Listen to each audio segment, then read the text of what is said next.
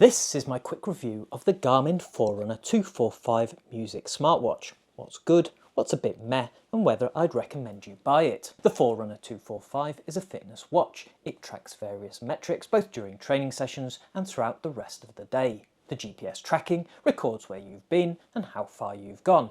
And over the last 2 years, count 'em, of use, the 245 has performed these core fitness tracking functions well. The watch calculates advanced metrics like training load and estimates your VO2 max, so you can monitor your fitness improvement over time. And you can see all of this in the Garmin Connect app on your phone. The Forerunner links via Bluetooth, and I've had no trouble with connections and syncing and all that jazz. And so we're clear, the Forerunner is not touchscreen. It's a buttons-only watch. Talking of which, how is it on the wrist? Well, I've found it comfortable. The rubber strap is soft but seems durable. It's still going strong 2 years in. It's got loads of holes for the buckle, so it's easy to get a good fit on my wrist. After daily use and abuse, the white strap is a bit, not white. A good clean would sort it though. There's a black option for those that can't be harassed. In the past I've worn a Fitbit Charge, and the Forerunner, despite being larger, is less obtrusive and feels better. Also, it doesn't just die and need replacing under warranty.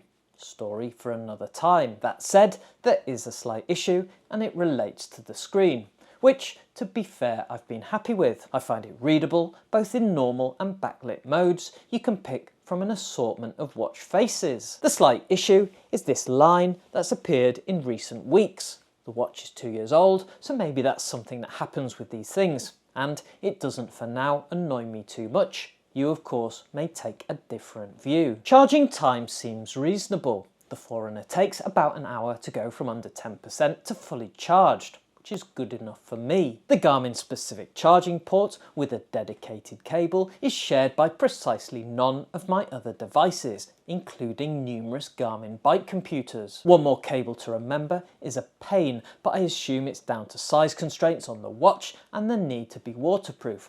Whatever, I deal with it. On the flip side though, battery life is excellent. I probably go a week between charges, but I'm a fairly infrequent GPS user. A lot of my outdoor sessions are on a bike, which I track with a bike computer. Turning to another key aspect, appearance. And in my view, it looks good.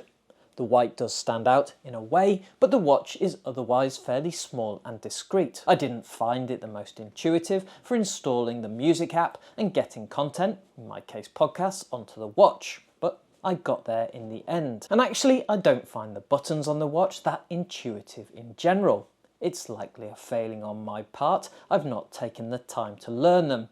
5 minutes of reading the instructions would probably solve it. The optical heart rate sensor on the back though does seem to work well. I've not done a controlled experiment, but I don't see unexplainable spikes or dropouts.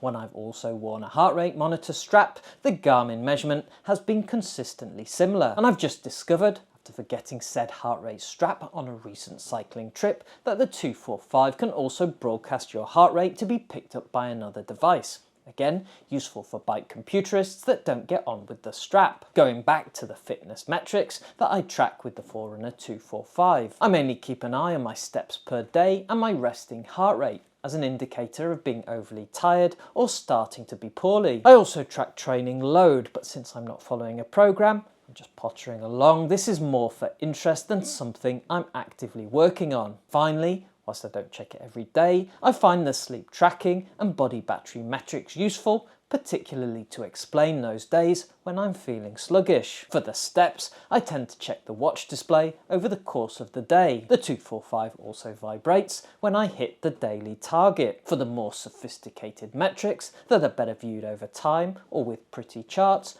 I'll use the Garmin Connect app, which, whilst feature-packed, is generally easy to use once you know where you're going. And that's my quick assessment of the Garmin Forerunner 245. Obviously, it isn't Garmin's top-of-the-range fitness watch, and there are newer variants even at this level of the range. But it's worked very well for my needs as a general health tracker and all-purpose fitness watch. If you can find one at a good price, it's definitely worth a look.